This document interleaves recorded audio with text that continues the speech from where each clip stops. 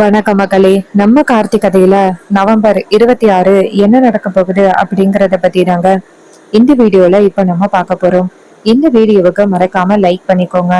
நீங்க லைக் பண்றதுதான் எங்களுக்கு அடுத்த வீடியோ போடுறதுக்கு ரொம்பவே இன்ட்ரெஸ்டிங்கா இருக்கும். சோ மறக்காம லைக் பண்ணிட்டு இந்த வீடியோவை பாருங்க.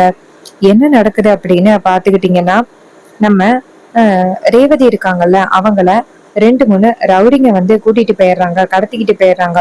எப்படியாவது ஹீரோயினை காலி பண்ணிட்டு கோவில் கும்பாபிஷேகத்தை நிப்பாட்டணும் அப்படிங்கறதுக்காக. அப்ப நம்ம ஹீரோ வந்துட்டு அவங்க ஃப்ரெண்டு கௌசல்யாவுக்கு ஃபோன் பண்றாங்க. அவங்க ஒரு அதிகாரி.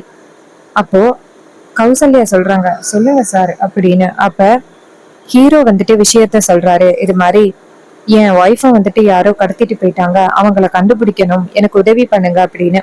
இது கேட்டதும் கௌசல்யாவும் சரிங்க சார் நான் பாத்துக்கிறேன் அப்படின்னு சொல்லிட்டு நம்ம ஹீரோயினை மத்த ரவுடிங்க கிட்ட இருந்து காப்பாத்துறாங்க.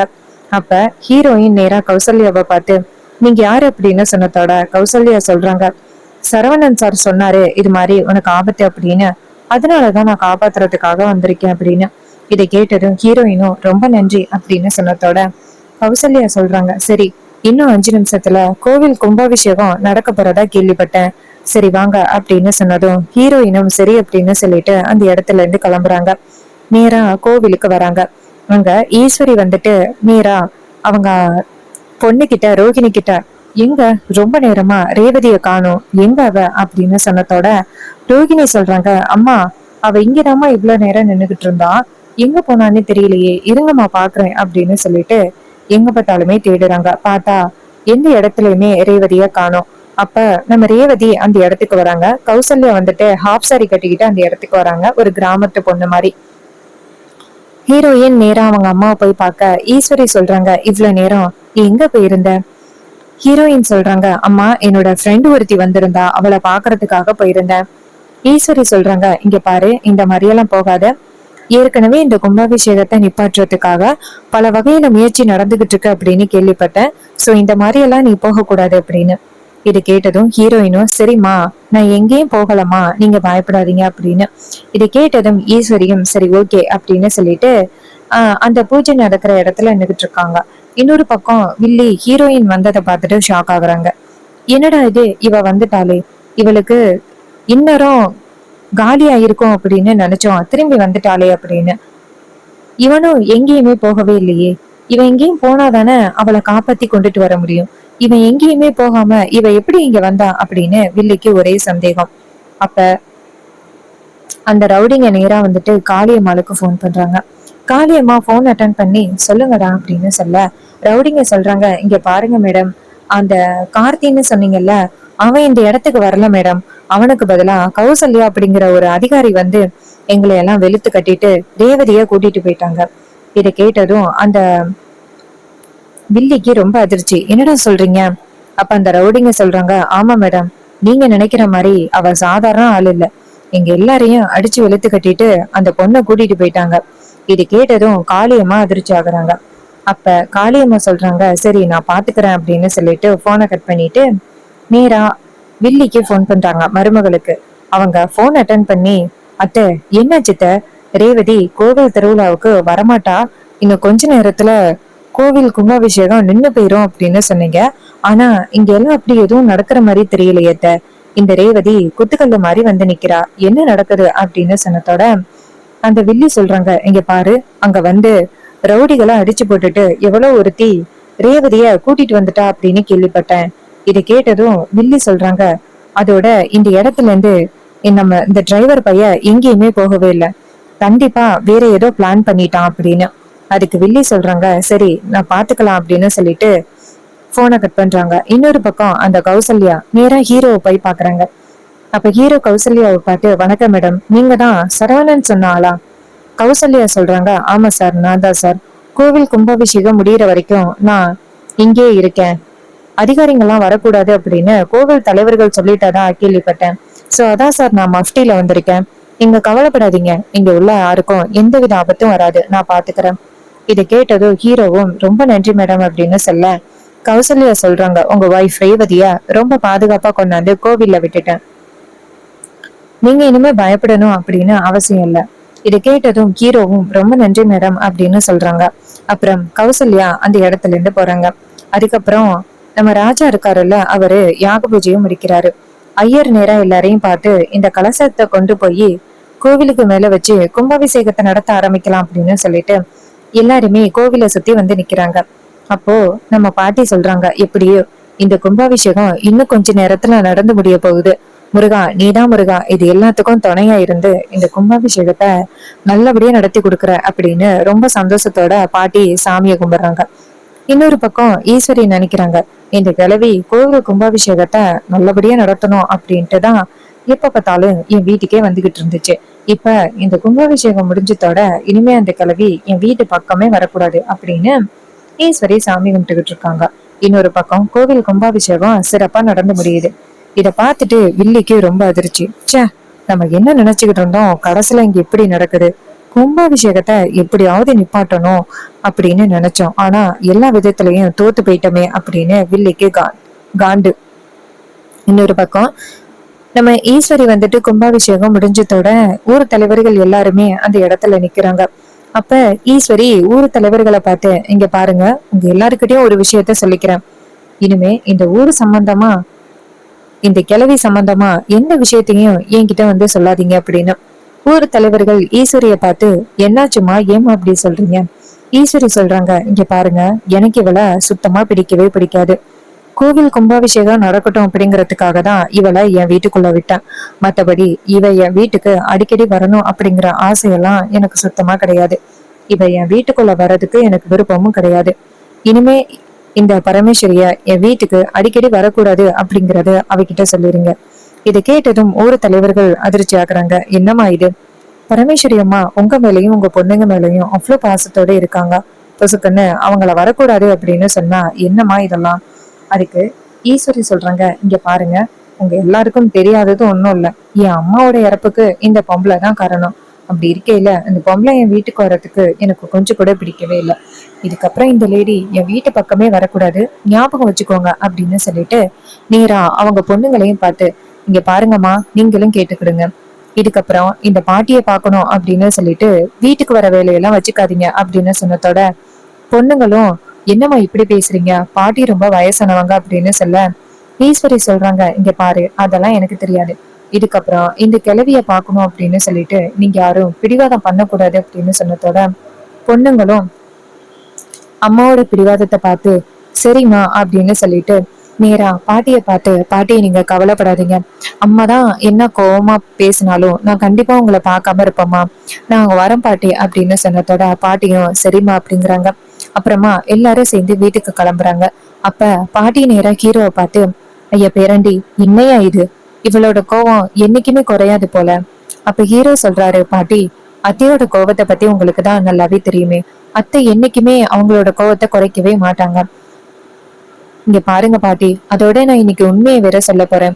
இதனால என்ன நடக்கும் அப்படிங்கறது எனக்கு தெரியல. என்ன நடந்தாலும் பரவாயில்ல, உண்மையை சொல்றதுதான் நல்லது அப்படின்னு முடிவு பண்ணிட்டேன். தீபவதி மூலமா அத்தை உண்மையை தெரிஞ்சுக்கிட்டு என் மேல கோவத்தை காட்டுறதை விட நானே உண்மையை சொல்லிட்டு அத்தை இதனால என்ன விளைவுகள் எனக்கு தரப்பாங்களோ அதை வாங்கிக்கிட்டு நான் வந்துடுறேன். இதை கேட்டதும் பாட்டி சொல்றாங்க, ஐயா, இதனால ரேவதியோட வாழ்க்கை ரொம்ப பாதிக்கப்படுமே. அப்ப ஹீரோ சொல்றாரு, பாட்டி நீங்க கவலைப்படாதீங்க, இதனால யாருடைய வாழ்க்கையும் பாதிக்கப்படுது பாட்டி அப்படின்னு சொல்லிட்டு ஹீரோ நேரா வீட்டுக்கு கிளம்புறாரு. இன்னொரு பக்கம் பாட்டியை நேரா கடவுளை வந்து கையெடுத்து கும்பிட்டு, இது மாதிரி இன்னும் என் பேரனுக்கு எவ்வளவு கஷ்டத்தை கொடுக்க போற, இப்பதான் அவனோட கல்யாண வாழ்க்கையில சந்தோஷமா வாழ ஆரம்பிச்சுட்டான், இப்ப டக்குன்னு அவனோட வாழ்க்கையை பறிக்கிற மாதிரி இப்படி ஒரு சம்பவம் நடக்க போகுதே, நீதாயா எப்படியாவது என் பேரன் நல்லா இருக்க மாதிரி வழிய பண்ணணும் அப்படின்னு சொல்லிட்டு பாட்டி சாமியை கையெடுத்து கும்பிட்டு நிக்கிறாங்க. இன்னொரு பக்கம் நம்ம ஹீரோ எல்லாரும் சேர்ந்து வீட்டுக்கு போறாங்க. அங்க போனதும் நம்ம ஈஸ்வரி சொல்றாங்க, சரி கோவிலுக்கு போயிட்டு வந்திருப்பீங்க, எல்லாரும் போயிட்டு ஃப்ரெஷ் அப் ஆயிட்டு வாங்க அப்படின்னு சொன்னதோட எல்லாரும் அந்த இடத்துல இருந்து போறாங்க. அவங்க போனதும் நம்ம ஹீரோ மாடியில நிக்கிறாரு. அப்போ வில்லி நேரா ஹீரோ கிட்ட போயிட்டு, என்ன ஒரே யோசனையில நிக்கிற போற, கும்பாபிஷேகம் நடக்க போறதுக்கு முன்னாடி அக்காக்காரி கிட்ட யார் அந்த சேதுபதியோட பேரை அப்படின்னு சொல்றேன்னு சொன்னியல்ல, கும்பாபிஷேகம் முடிஞ்சிருச்சு, எல்லாரும் வீட்டுக்கு வந்தாச்சு, சீக்கிரம் போய் அக்காக்காரி கிட்ட உண்மையான பேரை நீதான் அப்படின்னு சொல்லிட்டு வீட்டை விட்டு போறதுக்கான வழிய பாரு. ஆனா நீ மட்டும் வீட்டை விட்டு போயிட்டேன்னு வச்சுக்கிட்ட, அதுக்கப்புறம் என் அக்காக்காரிய ஜீரோ ஆக்குறது எனக்கு ரொம்ப சுலபம். அப்ப ஹீரோ சொல்றாரு, இங்க பாரு, நான் இந்த வீட்டை விட்டு அவ்வளவு சீக்கிரம் போவேன் அப்படின்னு நீ நினைச்சுக்கிட்டு இருக்கியா? அதோட ஒன்ன மாதிரி ஆளை இந்த வீட்டுல விட்டுட்டு, அதுவும் இன்னசென்ட்டா இருக்கிற என் அத்தை கிட்ட விட்டுட்டு நான் இந்த வீட்டை விட்டு போவேன் அப்படின்னு நினைச்சுக்கிட்டு இருக்கியா? இந்த வீட்டை விட்டு போறதுக்கு முன்னாடி நீ யாரு, எப்படிப்பட்டவ அப்படிங்கறது எல்லாத்தையுமே அத்தைக்கிட்ட நிரூபிச்சுட்டு தான் இந்த வீட்டை விட்டு போவேன். அப்பதானே உன்னால இந்த வீட்டுல எந்தவித ஆபத்தும் இருக்காது. இந்த வீட்டை விட்டு போகும்பொழுது அத்தைக்கு எந்த வகையிலையும் ஆபத்து இல்லாம எல்லா ஏற்பாடுகளையும் பண்ணி வச்சுட்டு தான் போவேன். இது கேட்டதும் வில்லி சொல்றாங்க, ஏய் என்ன அக்கா கறிக்கிட்ட நீ யாரு அப்படிங்கிற விஷயத்த சொல்லிட்டு வீட்டை விட்டு போவேன் அப்படின்னு சொல்லிட்டு இப்ப என்ன இப்படி சொல்ற? அப்ப ஹீரோ சொல்றாரு, இங்க பாரு, சொன்னதான். ஆனா எப்ப வந்துட்டு அத்தையோட குடும்பத்துக்கு உன்னால ரொம்ப பெரிய ஆபத்து இருக்கு அப்படிங்கறத தெரிஞ்சுக்கிட்டனோ அப்பையில இருந்து உன்னை இந்த வீட்டை விட்டு அனுப்பிட்டுதான் நான் இந்த வீட்டை விட்டு போகணும் அப்படின்னு முடிவு பண்ணிட்டேன். இது கேட்டதும் அந்த வில்லி சொல்றாங்க, இங்க பாரு, தேவையில்லாத வேலையெல்லாம் பண்ணாம இந்த வீட்டை விட்டு போறதுக்கான வழியை பாரு. அப்ப ஹீரோ சொல்றாரு, இந்த வீட்டை விட்டு எப்ப போகணும் அப்படிங்கறது எனக்கு தெரியும். ஆனா இந்த வீட்டை விட்டு நீ இன்னும் கொஞ்ச நேரத்துல போக போற. அதனால உன்னோட பொட்டி படிக்க எல்லாத்தையுமே நீயே முன்னாடி ரெடி பண்ணி வச்சிரு. இதை கேட்டதும் வில்லி ஷாக் ஆகுறாங்க. ஆகா, என்னடா இது, இவன் இப்படி பேசுறான், ஒருவேளை நம்மளை பத்தின ஆதாரம் ஏதாவது கையில வச்சிருப்பானோ அப்படின்னு வில்லி ஷாக் ஆகுறாங்க. அப்ப ஹீரோ வந்துட்டு நேரா வில்லிய பார்த்து நக்கலா சிரிச்சுட்டு அந்த இடத்துல இருந்து போறாரு. அப்போ வில்லிக்கு ரொம்ப அதிர்ச்சியா இருக்கு. ஐயோ, அக்காக்காரி கிட்ட இவன் நம்மளை பத்தி அப்படி என்ன சொல்ல போறான்? கண்டிப்பா அக்காக்காரிக்கு நம்மளை பத்தின ஏதாவது ஒரு விஷயம் தெரிஞ்சிச்சுன்னா சும்மா விட மாட்டாளே. இப்போ அக்காவை எப்படி சமாதானப்படுத்துறது? சரி, வழக்கம் போல கால்ல விழுந்துருவோம் அப்படின்னு நினைக்கிறாங்க. இன்னொரு பக்கம் நம்ம ஹீரோ இங்க இருந்து வராரு. ஈஸ்வரி எல்லாரையும் கூப்பிடுறாங்க, எல்லாரும் ஒரு நிமிஷம் வாங்க அப்படின்னு. எல்லாரும் அந்த இடத்துக்கு வந்ததோட ஈஸ்வரி நேரா ஹீரோவை பார்த்து, மாப்பிள்ள, கும்பாபிஷேகத்துக்கு முன்னாடி நீங்க சொன்னீங்கல்ல உண்மையான அந்த சேதுபதியோட பெயரை யாருன்னு உங்களுக்கு தெரியும், அது என்கிட்ட சொல்றதா சொன்னீங்கல்ல, சொல்லுங்க மாப்பிள்ள, யாரு மாப்பிள்ள அந்த உண்மையான சேதுபதியோட பெயரை? அப்ப ஹீரோ சொல்றாரு, அத்தை, அதுக்கு முன்னாடி உங்ககிட்ட இந்த வீட்டுல ரொம்ப நாளா ஒருத்தவங்க வந்துட்டு உங்களுக்கு பின்னாடி ரொம்ப பெரிய ஒரு துரோகத்தை பண்ணிக்கிட்டு இருக்காங்க அப்படின்னு சொன்னீங்கல்ல, அது யாரு அப்படிங்கிற விஷயம் நான் தெரிஞ்சுக்கிட்டேன். இதை கேட்டதும் ஈஸ்வரி சொல்றாங்க, அப்படியா மாப்பிள்ள, ஃபர்ஸ்ட் அதை யாரு அப்படின்னு சொல்லுங்க மாப்பிள்ள. வீட்டுக்குள்ளே இருந்துட்டு ரொம்ப பெரிய துரோகத்தை பண்ணிக்கிட்டு இருக்காங்க, அது யாரு அப்படிங்கிறத சொல்லுங்க மாப்பிள்ள. அப்ப ஹீரோ சொல்றாரு, அத்தை, அதுக்கான ஆதாரம் கூட என் கையில இருக்கு அப்படின்னு சொல்லிட்டு நம்ம ஹீரோ நேரா அவங்க அத்தை கிட்ட ஒரு போட்டோவை காமிக்கிறாங்க. அப்போ வில்லி அந்த இடத்துக்கு வந்துடுறாங்க. ஆஹா, இவன் நம்மளை பத்தின போட்டோவை தான் காமிக்கிறான் அப்படின்னு நினைச்சு பயப்படுறாங்க. அப்ப ஈஸ்வரி நேரா அந்த போட்டோவை பார்த்ததும் நேரா சந்திராவை பாக்குறாங்க. அப்போ சந்திரா அதிர்ச்சியாகி, ஆகா, நம்மளை பத்தி தான் ஏதோ போட்டு கொடுத்துட்டான் போலையோ அப்படின்ட்டு பயப்படுறாங்க. ஈஸ்வரி நேரா சந்திரா பார்த்து, சந்திரா, இதுக்கு நீ என்ன பதில் சொல்ல போற? இங்க பாரு, இத்தனை நாளும் நீ எனக்கு தங்கச்சியா, எனக்கு எந்த வகையிலையும் துரோகம் பண்ணாதவளா இருக்கிற அப்படின்னு நினைச்சேன். ஆனா நீ எனக்கு இப்படிப்பட்ட ஒரு துரோகத்தை பண்ணுவ அப்படின்னு நான் எதிர்பார்க்கல. அம்மா இறந்ததுல இருந்து நம்ம எல்லாருமே ஒரே வீட்டுல தானே இருந்தோம். ஆனா நீ ஏன் எனக்கு இவ்வளவு பெரிய துரோகத்தை பண்ண அப்படின்னு சொன்னதோட அப்போ வில்லி நினைக்கிறாங்க, ஆகா, இவன் நம்மளை பத்தி தான் போட்டு கொடுத்துட்டான், நம்மளை எப்ப இந்த வீட்டை விட்டு துரத்துறது அப்படின்னு நினைச்சுக்கிட்டு இருந்தான். அதே மாதிரி நம்மளை பத்தி அக்கா கிட்ட போட்டு கொடுத்துட்டான். இப்போ எப்படி அக்கா காரிய சமாதானப்படுத்துறது அப்படின்னு வில்லி வந்துட்டு, அக்கா அக்கா, அவன் சொல்றத நம்பாதக்கா, உனக்கே தெரியும் அவன் எப்படியாவது உன்கிட்ட இருந்து என்ன பிரிக்கணும் அப்படிங்கறதுக்காக இப்படி பண்ணிக்கிட்டு இருக்கான்.